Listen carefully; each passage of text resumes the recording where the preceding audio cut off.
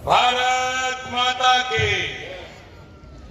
सबसे पहले तो मैं आभार व्यक्त करता हूं इस पंजाबी सभा का,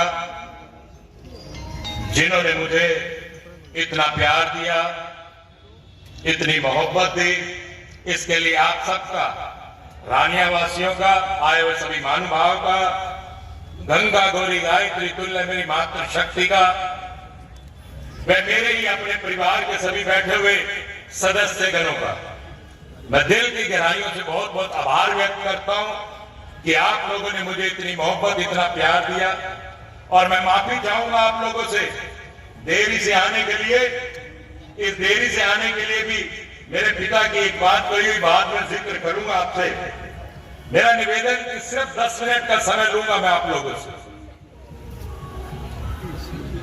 सबसे पहले तो मैं धन्यवाद करूंगा जितेंद्र सिंह, एडवोकेट, जिला अध्यक्ष भाजपा, हमारे बाबूजी जगदीश चोपड़ा जी, शीशपाल कंबोज जी, रामचंद्र कंबोज जी जो मेरे पिता के साथ विधानसभा में विधायक रहे, अमित चंद मेहता जी, ललित मोहन पोखली जी, पिंचू कालड़ा जी, सरोज बाला जी, मनोज सचदेवा जी, लीला कृष्ण मेहता जी, राजकुमार मेहता जी, पवन कालड़ा जी, चंद्रभान जी कामरा, बलवान जांगड़ा जी, विशु जी, देव कुमार जी शर्मा जी, दर्शन नागपाल जी, लीला कृष्ण मेहता जी, और अरोड़ा साहब, अमर अरोड़ा जी, अनिल नागपाल जी, राजेंद्र जी सरपंच, श्याम बजाज जी, रमेश कुमार जी, बंटी, सुखविंदर मोहन जी, संदीप मित्तल जी, नरेंद्र काबा जी, सुनील गुम्बर जी, पार्षद मलकीत और नीमा चीमा जी, ग्रोवर साहब, गुम्बर साहब, राजीव जी और रविंद्र जी, राजेश दमन जी, कुली कर्ण गुम्बर जी, वह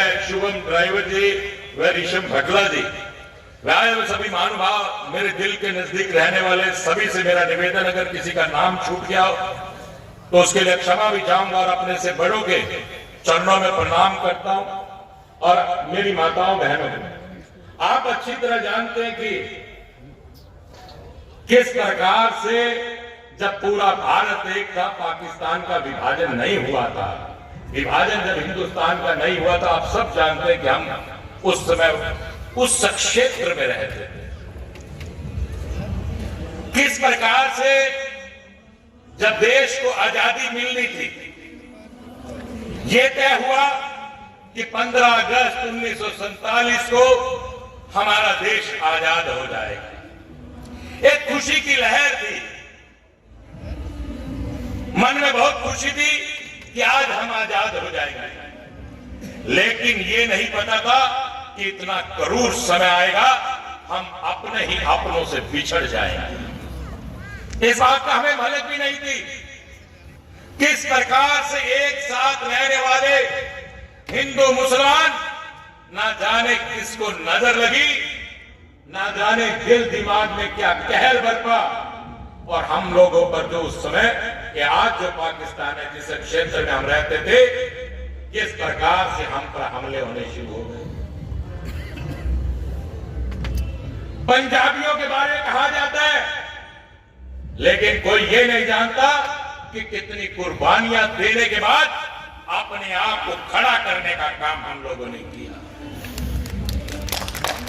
साहब, उस मंजर को देखिए, कल्पना कर देखिए आप लोग, किस तरह सिरन उठी होगी जब हमारे ही माता पिता ने अपनी ही बेटियों को जहर रोटी में मिलाकर दिया होगा, अपनी ही बहन बेटियों को तलवार से मार दिया होगा, ताकि उनकी अस्मत न लूटी जा सके, उनकी कोई इज्जत न लूट पाए उस गदर के अंदर। उस समय का आप कल्पना कर देखिए कि क्या मंजर रहा होगा, किस प्रकार से भाग दौड़ मची होगी। 1.5 करोड़ लोग उस समय भागे, जिस समय 10 लाख लोगों ने शहादत देने का काम किया। आसान नहीं होता अपने हाथ से अपने बेटों को, अपने बच्चों को, अपनी बच्चियों को, जिन्हों को हमने पाला है, जिन्हें हमें डोली में बिठाना था, उन्हीं को हमने जहर देके मारने का काम किया, सिर्फ इसलिए कि हमारी इज्जत ना लूटी जा सके, हमारी बहन बेटियों को कोई इज्जत ना लूटे। ये है वो पंजाब के लोग, अकेले आप और हम पंजाबी वहां से नहीं आए। कोई भी एक शहर, कोई भी एक नगर, कोई भी एक कस्बा एक जाति का कभी भी व्यक्ति नहीं रहता। आपके रानिया में भी हर जाति के व्यक्ति होंगे, कोई कम कहीं ज्यादा हो सकते हैं। जिन लोगों को हमारा हिंदू धर्म प्यारा था, जो धर्म की रक्षा के चाहते थे, जो चाहते थे हम अपने प्राण त्याग देंगे लेकिन अपना धर्म नहीं छोड़ेंगे, चाहे वो वाल्मीकि समाज के थे, चाहे वो हरिजन थे, चाहे वो पंजाबी थे, चाहे वो सिख थे, चाहे वो बनिया थे, किसी भी जाति का व्यक्ति था जिसे धर्म प्यारा था, उसने अपने धर्म की चिंता की, अपनी जान की चिंता नहीं की। वहां से चले पंजाब, क्योंकि एक बहुत बड़ा सूबा है आज जो पाकिस्तान में है। पंजाब सबसे बड़ा सूबा है, सबसे बड़ी स्टेट आज पाकिस्तान के अंदर पंजाब है। हम लोग उस क्षेत्र में रहते थे, हम उस क्षेत्र में रहते थे क्योंकि वहां का बॉर्डर सबसे नजदीक था। जो भगदड़ मची और जहां से हम लोग आए वो पंजाब का ही क्षेत्र था। वहां से आकर हम लोगों ने यहां रहना शुरू किया। और जो अग्रवाल समाज के थे वो राजस्थान, गुजरात की तरफ चले गए। जो जाट समाज के लोग थे वो राजस्थान की तरफ आ गए। जो ब्राह्मण थे आज भी आपके पंचकुला में स्थित है। प्रत्येक जाति का व्यक्ति था। हाँ, ज्यादा मात्रा में पंजाबी लोग थे, इसलिए यह कहा जाता है कि रेफ्यूजी कहा जाता है। इसकी आवाज भी मैंने विधानसभा में उठाने का काम किया था। रेफ्यूजी उन्हें कहा जाता है जो रेफ्यूज हो गए हो। हम कोई रेफ्यूज नहीं हुए थे, हम लोग उसी देश का हिस्सा थे जिस समय उग्रवाद पंजाब के अंदर था। जो पंजाब से हमारे भाई दिल्ली, हरियाणा, इधर यूपी में शिफ्ट हुए, वो एक समय के लिए शिफ्ट हुए थे। हमारे माँ बाप भी, हमारे दादा परदादा भी ऐसे सोच रहे थे कि हम वापिस आ जाएंगे। कुछ समय अपना धन दौलत वहीं दबा कर आ गए कि हम वापिस आ जाएंगे, लेकिन वापिस आने का तो अवसर ही नहीं मिला। उस समय यहां पर हिंदू संगठनों ने मदद करी, तब जाकर कहिए मार काट रुकी। आज वो पाकिस्तान है। बहुत से मेरे ही समाज की माताएं बहनें बैठी हैं। आपको शायद पता नहीं होगा कि हमारी कुल देवी कौन सी है। अगर किसी को पता है तो कृपया बताने का काम करे कि जो हमारे दादा परदादा पाकिस्तान जो आज है उस क्षेत्र से आए थे, तो वहां हमारी कुल देवी कौन सी है? हिंगलाज माता हमारी कुल देवी है, जो आज भी पाकिस्तान के अंदर है, जिसे मुस्लिम लोग भी नानी हज के नाम से जानते हैं। जिस प्रकार से आज हम हिंदुस्तान में हैं, तो हम लोग जो मां भगवती को मानते, जो कुल देवी को मानते, वो कहते हैं कि मां वैष्णो हमारी कुल देवी है। इसी प्रकार से हिंगलाज माता, जहां पर मां सती का ये जहां बिंदी लगती है, वो शरीर का वो हिस्सा गिरा था, वो हिंगलाज माता है, वो हमारी कुल देवी। भाइयों बहनों, हम वहां से लूट फूट कर आए और यहां अपना आधार बनाया। यहां हमारे पूर्वजों ने, हमारे दादा परदादाओं ने मांसाखोरी की, रिक्शा चलाया, साइकिल पे सवारियां ढोई, खच्चर चलाए, अपने परिवार का पेट पालने के लिए ना जाने क्या क्या हम लोगों ने किया, इस बारे में कोई जानता ही नहीं। वो कहते हैं, हमारे पूर्वज कहते थे कि दिल की धड़कन अभी जारी है, दिल की धड़कन अभी जारी है, हम सोते नहीं, परिवार की जिम्मेवारी है। परिवारों को पालने का काम किया। आज हम ही को देखिए, आज कौन सा ऐसा हिंदुस्तान में एक वो है जिसके अंदर हम लोग नहीं है, चाहे वो राजनीतिक क्षेत्र हो, चाहे वो व्यापार का क्षेत्र हो, चाहे वो शिक्षा का क्षेत्र हो, चाहे बॉर्डर पे जान देने की जवान की बात हो। ऐसा कौन सा क्षेत्र है जिसमें आज पंजाबी समुदाय के लोग नहीं हैं? ये उन सब की कृपा है, हमारे पूर्वजों की, हमारी दादी दादा परदादी, इन लोगों की हिम्मत है जिन्होंने भूखे रह के अपने परिवार का पेट पाला।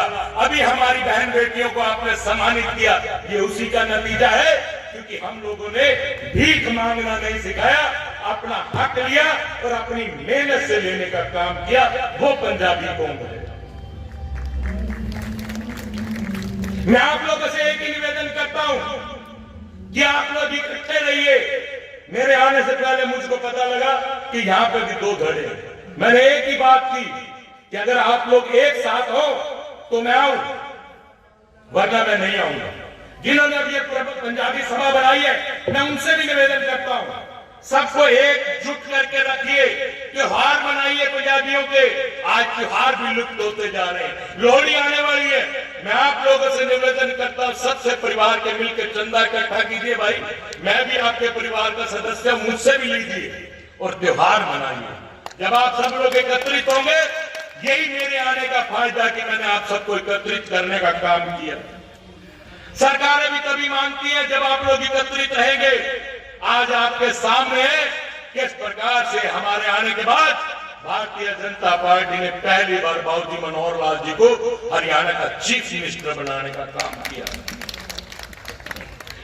हमारे बारे में हमारा भला कोई सोच सकता है तो भारतीय जनता पार्टी सोच सकती है, और कहीं नहीं, वरना कभी किसी ने नहीं सोचा था कि हरियाणा सूबे का मालिक भी कभी पंजाबी होगा। ये काम देने का काम किया तो हमारे देश के प्रधानमंत्री माननीय मोदी साहब ने किया। आज आपके सामने उसमें दो मिनिस्टर, तीन मिनिस्टर पंजाबी थे। आज आपके सामने आपका बेटा, आपका भाई खड़ा है, ये भी एक पंजाबी, और इसे भी चुनने का काम भारतीय जनता पार्टी ने किया। और माननीय अनिल विज साहब भी सरकार के अंदर मंत्री है।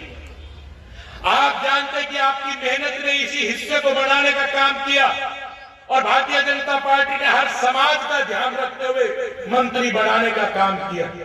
वही मैं आपको कहना चाहता हूं कि पंजाबी समाज ने हमेशा मेहनत, भाईचारा, सेवा और राष्ट्रभक्ति की मिसाल पेश करने का काम किया।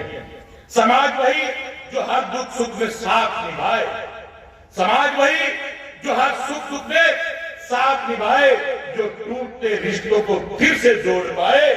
जहां मैं नहीं केवल हम की पहचान है, जहां मैं नहीं केवल हम की पहचान है, वही समाज इतिहास में अमर कहलाए, वही समाज अमर।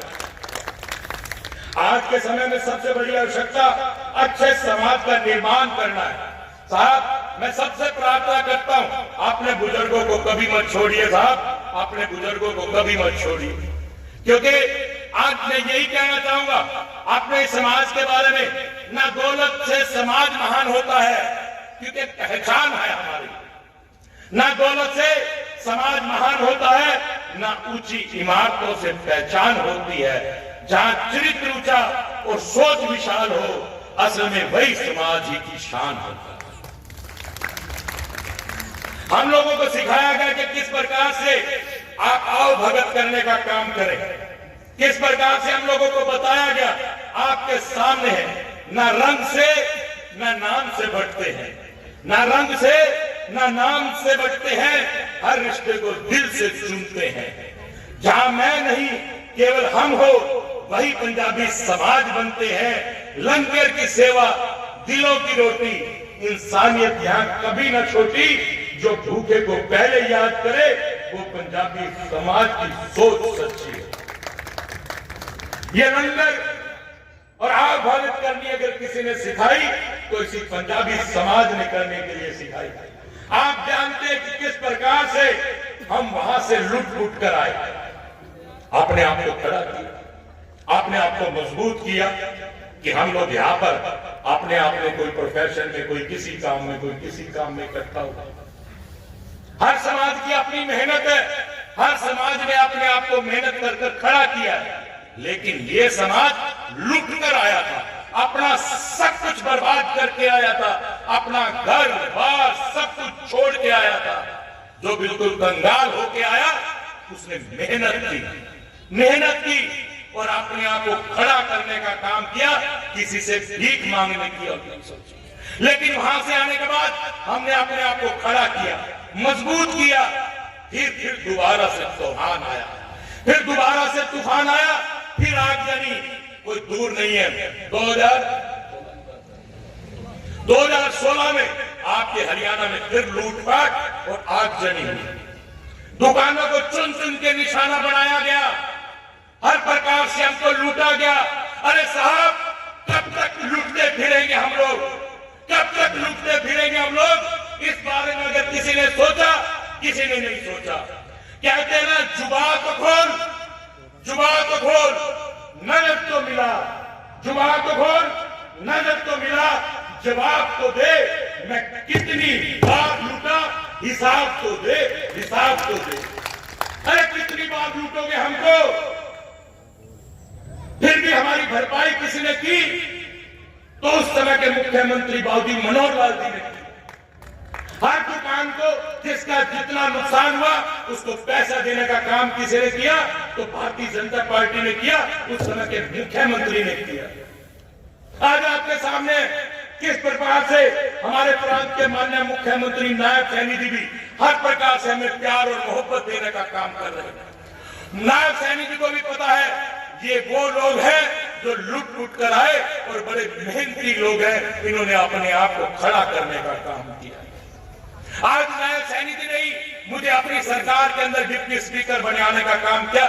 धन्यवाद करता हूं मैं अपने मुख्यमंत्री जी का कि उन्होंने इस प्रकार से सोचने का काम किया कि पंजाबियों के बिना भी ये सरकार के अंदर अगर मंत्रालय रहेगा तो सुना पड़ा रहेगा। उन्होंने मुझे भी चुनने का काम किया, पर हमारे अनिल विज जी तो पुराने हैं ही, उनका तो अपना रुतबा ही अलग है। वो कहते हैं ना, तूफानों से आंख मिलाओ, तूफानों से आंख मिलाओ, सैलाबों पर वार करो, तूफानों से आंख मिलाओ, सैलाबों पर वार करो, मल्हाओं का चक्कर छोड़ो, तैर के दरिया पार करो। आप में हिम्मत होनी चाहिए, आप अपने जज्बे को जिंदा रखें। हमारे देश के प्रधानमंत्री कहते हैं कि 2047 के अंदर हिंदुस्तान को विकसित राष्ट्र बनाया जाए। यह सोच आज देश के प्रधानमंत्री की नहीं, आज उनके कहने के बाद यह सोच प्रत्येक राष्ट्र के उस व्यक्ति की है जिसने हिंदुस्तान की धरती के अंदर जन्म लिया है। साहब, ये हिंदुस्तान की धरती वो धरती है जिसने भगवान कृष्ण ने मिट्टी खाने का काम किया, हिंदुस्तान की मिट्टी को। ये वो मिट्टी है जिसने भगवान राम स्वयं घोड़ों के बल, कहते हैं ना बच्चा जैसे घोड़ों के बल चलता है, वो राम उस मिट्टी पर चले गए। सब जानते हैं, आज विश्व भी इस बात को मानने को तैयार है कि हिंदुस्तान आज वो एक ऐसा देश है जो, क्योंकि इस देश का राजा जो हिंदुस्तान की गद्दी पर विराजमान है, जब उसने गद्दी संभाली थी तो हमारा देश विश्व के नक्शे में 14वें नंबर पर था।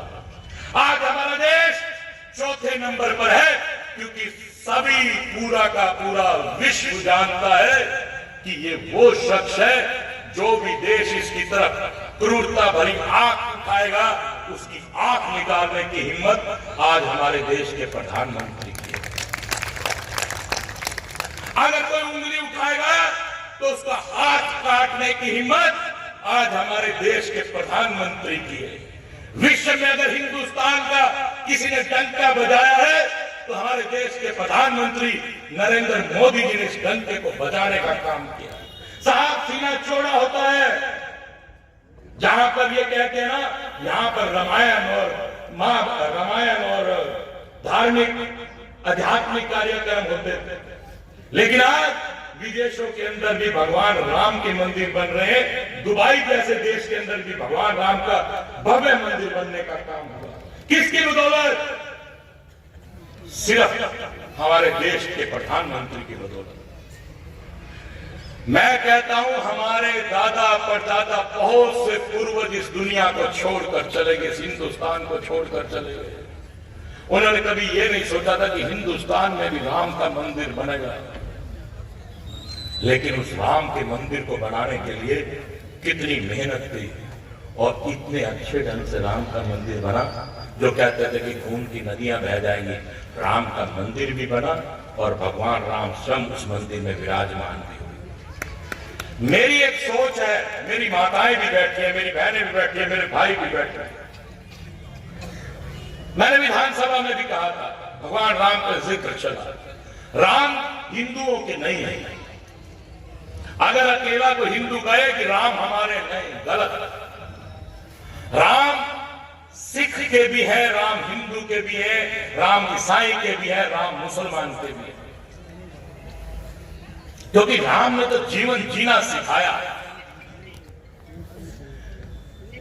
हर माता पिता यहां बैठे, हर माता पिता चाहे वो किसी भी धर्म को मानता हो, क्या कहता है कि मेरा बेटा राम जैसा हो। चाहता कि नहीं चाहता? नालायक निकले अलग बात है, हम तो सोचते हैं कि हमारा बेटा राम जैसा हो, और हर भाई ये कहता है मेरा भाई राम जैसा हो। हर पत्नी ये चाहती है कि मेरा पति राम जैसा हो, और हर पत्नी चाहती है मेरा पति राम जैसा हो। यहां तक कि दुश्मन भी चाहता है कि मेरा दुश्मन भी राम जैसा मर्यादित। तो इससे बड़ी बात नहीं हो सकती, क्योंकि राम ने इस गृहस्थी के जीवन को सिखाया, और वो गृहस्थी हर धर्म के इस आदमी को जीनी पड़ती है। मैं यही आप लोगों से कहने आया हूं कि आप लोग जिन्होंने मुझे इतना प्यार भी दिया, जितना सम्मान दिया, मैं सबसे निवेदन प्रार्थना करता हूं कि आप हो सकते हैं अलग अलग पार्टियों के बैठे हो सकता है आपकी राजनीति विचारधारा अलग हो सकती है, लेकिन यह राष्ट्र हमारा है, यह देश हमारा है। लेकिन अगर हमारे देश को जो आगे ले जाने की बात करता है, हमें उसको वोट और सपोर्ट करनी चाहिए, क्योंकि सबसे पहले देश, फिर धर्म, फिर परिवार, फिर पार्टी। हमें सोचना चाहिए जो हमारे देश की बात करता है, साहब देश रहेगा तो हम रहेंगे, अगर देश ही नहीं रहेगा तो हम कैसे रहेंगे। आज विपक्ष में रहने वाले भी कहीं ना कहीं उनके मन में आता है कि नरेंद्र मोदी है तो अच्छा, आज 14वें नंबर से चौथे नंबर पर हमारे देश को लेकर आया। साहब इजराइल को देखिए, मैं इजराइल के बारे में बहुत बार सुनता पढ़ता हूं। इजराइल जैसा देश जो ऐसे है जैसे 32 दांतों के बीच में जुबान है, जीभ है, इस प्रकार से चारों तरफ से घिरा हुआ है मुस्लिम कंट्री से, लेकिन अकेला इतनी हिम्मत रखता है, सबको मुंह तोड़ जवाब देने की बात करता है, क्योंकि पैदा होने के साथ ही बच्चे के दिल दिमाग में देशभक्ति की भावना भरी जाती है।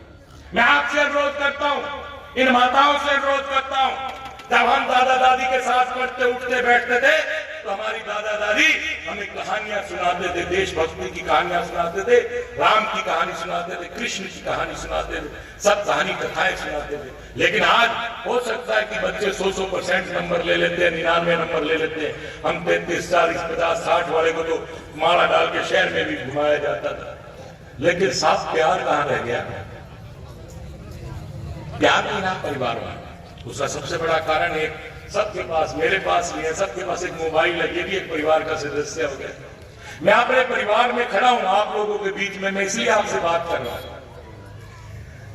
हमारी तरफ महत्ता नहीं है, लेकिन मेरे को महत्ता ही समझो, मेरे को कुंभोज ही समझो, मेरे को ही समझो, मैं ही आप लोगों का पारिवारिक सदस्य हूं। लेकिन एक निवेदन प्रार्थना मैं आप लोगों के बीच में करके जा रहा हूं, 1 घंटे के लिए पूरा परिवार मोबाइल बंद करके इकट्ठा बैठने का भी प्रयास करें, एक दूसरे को जानने का प्रयास भी करो। ये बात भी मैं आपको कहना चाहता हूं। और एक छोटे से प्रसंग तो नहीं है, मेरे बाबूजी की सुनाई हुई बात है जिनके जिक्र आप लोगों को इन्होंने किया। मेरे पिताजी पहले फौज में थे, फौज के बाद वो जींद आए, वैसे हम समाल खा के रहने वाले, फिर जींद आए, जींद में उन्होंने डॉक्टरी शुरू की, और मां भगवती की बड़ी कृपा रही, तो उससे एक अच्छे डॉक्टर बने, फिर विधायक बने। फिर उनके जाने के बाद मैं विधायक बना। जब मैं डॉक्टरी करके आया तो मेरे पिताजी मुझसे बोले, क्योंकि देखिए पैसा कमाने का शौक होता है, मुझको भी लगा मैं मरीजों से बाबूजी जैसे 10 रुपए लेते थे, मैं 30 रुपए लेता। कहने में कुछ संकोच नहीं कर रहा, तो पर्ची जब उनके पास आई तो उन्होंने कहा कि बेटा ये गलत है, ये गलत है, हमारा पेट, हमारा परिवार अच्छे से पल रहा है और सबने सब कुछ दिया। तब उन्होंने मुझे कहानी सुनाई, ये आप सबके भी काम आएगी, साथ लेकर जाइएगा मेरी इस बात को, ये सबके काम आएगी, इस बात को सभी साथ लेकर जाइएगा, क्योंकि करुणा सबसे बड़ी चीज है। मेरे को कहने लगे बेटा, एक माई, पुराने समय की बात है, एक माई थी और उसका बेटा बीमार हो गया, ऐसी बीमारी लगी कि ठीक होने की कोई संभावना नहीं, पति था नहीं, विधवा थी, और उसने इलाज के अंदर अपना घर बार सब बेच दिया, कुछ नहीं बचा, बेटे के इलाज में बर्बाद हो गई। लेकिन मां तो मां है ना, अब उसने क्या किया कि डॉक्टर ने दवाई लिखी, वैद्य ने सब इलाज के बाद की माई इतना इलाज किया है, लेकिन तेरा बेटा तब ठीक होगा जब ये दवाई 1 महीने की चलाएगी साथ में, तब तेरा बेटा ठीक हो जाएगा। अब उस दवाई की कीमत 6 रुपए, 6 दरम, पुराना समय था, आपको समझाने के लिए रुपए में बोल रहा हूं, 6 रुपए, उसमें बड़ा महत्व था।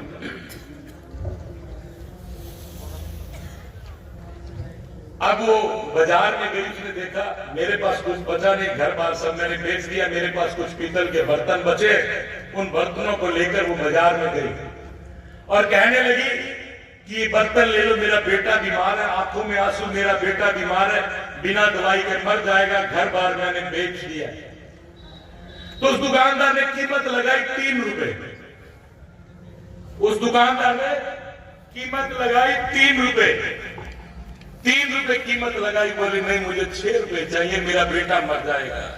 आंखों में आंसू ही आंसू, कहने लगी मेरा बेटा मर जाएगा। दूसरी दुकान पे गई, तीसरी, हर दुकान ने कीमत लगाई 3, पौने 3, सवा 3, इससे ज्यादा किसी ने कीमत नहीं लगाई। एक दुकानदार पे पहुंची, हेलो पे पहुंची, उसने कहा माई 4 रुपए में तेरा ये पीतल का बर्तन खरीद लिया जाए। कहने लगी मुझे 6 रुपए चाहिए, मेरा बेटा मर जाएगा। उसने कहा माई 4 से ऊपर नहीं, ये भी मैं तुझको ज्यादा दे दूं। माई बोली अभी 2-3 दुकान और मैं जाती हूं। कहने लगा माई मैं तेरे साथ चलता हूं, अगर कोई दुकानदार इससे ज्यादा कीमत लगा दे तो उसको दे देना, वरना 4 पे भी कोई लगाए तो तू मुझको देगा। वो भी उसके पीछे पीछे बोली। अब वो पहुंच गई, एक दुकान पे पहुंची, रोकर वही बात, नई दुकान खुली थी, बाजार में उसे 5-7-10 दिन ही हुए थे, नई दुकान खुली थी, और वही बात रोक के कहने लगी कि मेरा बेटा बीमार है, मेरा बेटा मर जाएगा, आंखों में आंसू कि ये इसकी कीमत लगा दे। उसने कहा कि 6 रुपए इसकी कीमत है, 4 रुपए इस भाई ने लगाए, 6 रुपए की दवाई की कीमत है। उस दुकानदार ने कहा माई तू पागल हो गई है, ये बेवकूफ बना रहे हैं सारे दुकानदार तेरे को, इसकी कीमत तो 10 रुपए है। उस दुकानदार ने तुरंत उसको 10 रुपए दिए। वो माई खुशी खुशी वहां से दुआएं देती हुई चली। वो जो दुकानदार था जो 4 रुपए कीमत लगा रहा था, वो कहने लगा तेरा दिमाग खराब हो गया, तेरा दिवालिया पिट गया, इन बर्तनों की कीमत 3-3.5 रुपए से ज्यादा नहीं थी, मैंने भी 4 रुपए लगा दी थी। इस बर्तनों की कीमत 10 रुपए नहीं दी, तू ज्यादा दिन इस बाजार में नहीं टिकेगा, तू जल्दी अपना सब कुछ बेच बाच के यहां से चला जाएगा। उसने कहा तुम सभी दुकानदारों ने उन बर्तनों की कीमत देखी, मैंने उस माई के आंसुओं की कीमत देखी, मैंने उस माई के आंसुओं की कीमत लगाई, ना कि बर्तनों की कीमत लगाई। ये बात मुझको मेरे पिताजी ने कही, वो दिन गया और आज का दिन गया। उस दिन के बाद हमने यही सोचा, मेरे पिता कहते थे डॉक्टर के पास, पुलिस वालों के पास और वकील के पास लोग मजबूरी में जाते हैं, नहीं तो शक्ल देख के भी कोई राजी नहीं होता हमारी, ताकि किसी की मजबूरी का फायदा नहीं उठाना चाहिए। ये मैं बात इसलिए अपने समाज में कह रहा हूं, कोई दया से, कोई करुणा से हमारे पास आए तो करुणा कर देनी चाहिए, क्योंकि हमारा समाज करुणा से भरा समाज है, दया से भरा समाज है। सामने वाले को दया 2 मिनट में कर देता है, ये हमारे समाज की खासियत है। मैं एक बार फिर आप सबका दिल से बहुत बहुत आभार व्यक्त करता हूं और आप सबको बहुत बहुत धन्यवाद भी करता हूं। और मैं पंजाबी सभा के जो भी हमारे भाई हैं, भाई आज है, मैं आप लोगों के बीच में हूं। सरकार ने, माननीय मुख्यमंत्री नायब सैनी जी ने बड़ी ताकत बख्शी हुई है मुझे, जो भी चाहिए भाई ले लेना, छोड़ रहा हूं।